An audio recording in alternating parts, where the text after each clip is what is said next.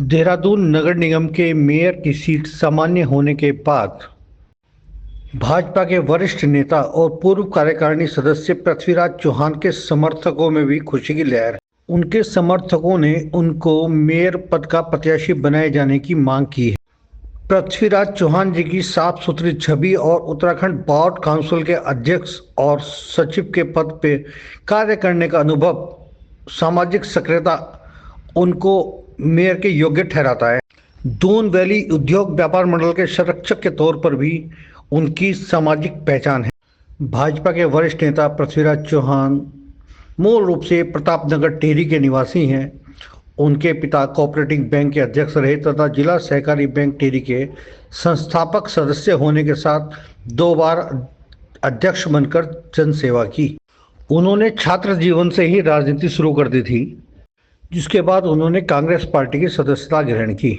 लेकिन साल 2018 में उत्तराखंड के तत्कालीन मुख्यमंत्री त्रिवेंद्र सिंह रावत की कार्यशैली से प्रभावित होकर उन्होंने कांग्रेस को अलविदा कह दिया और भाजपा का दामन थाम लिया। भाजपा संगठन के प्रति उनकी निष्ठा और समर्पण को देखते हुए पार्टी ने उनको कार्यकारिणी सदस्य के रूप में दायित्व सौंपा।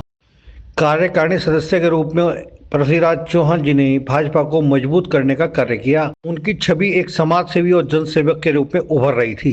दून वैली उद्योग व्यापार मंडल के संरक्षक के तौर पर व्यापारियों की समस्याओं को प्रमुखता से उठाते और उनका सहयोग करने के लिए हमेशा तत्पर रहते रहे।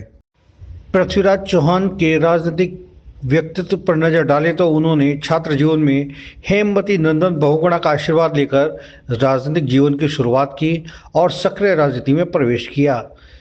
30 साल के राजनीतिक सफर में उन्होंने जन समस्याओं को दूर करने के लिए कई सार्थक प्रयास किए।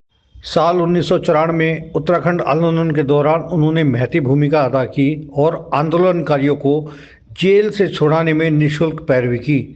उत्तर प्रदेश के मैनपुरी और इटावा के जेलों से आंदोलनकारियों को रिहा कराया। देहरादून कचहरी में शहीद स्मारक को पुनर्स्थापित कराया।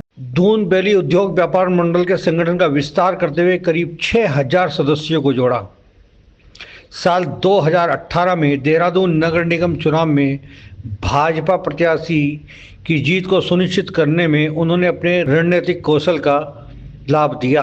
वहीं डोईवाला विधानसभा चुनाव में उन्होंने भाजपा प्रत्याशी ब्रजभूषण गैरोला के चुनाव प्रचार में भी सक्रिय भूमिका निभाई।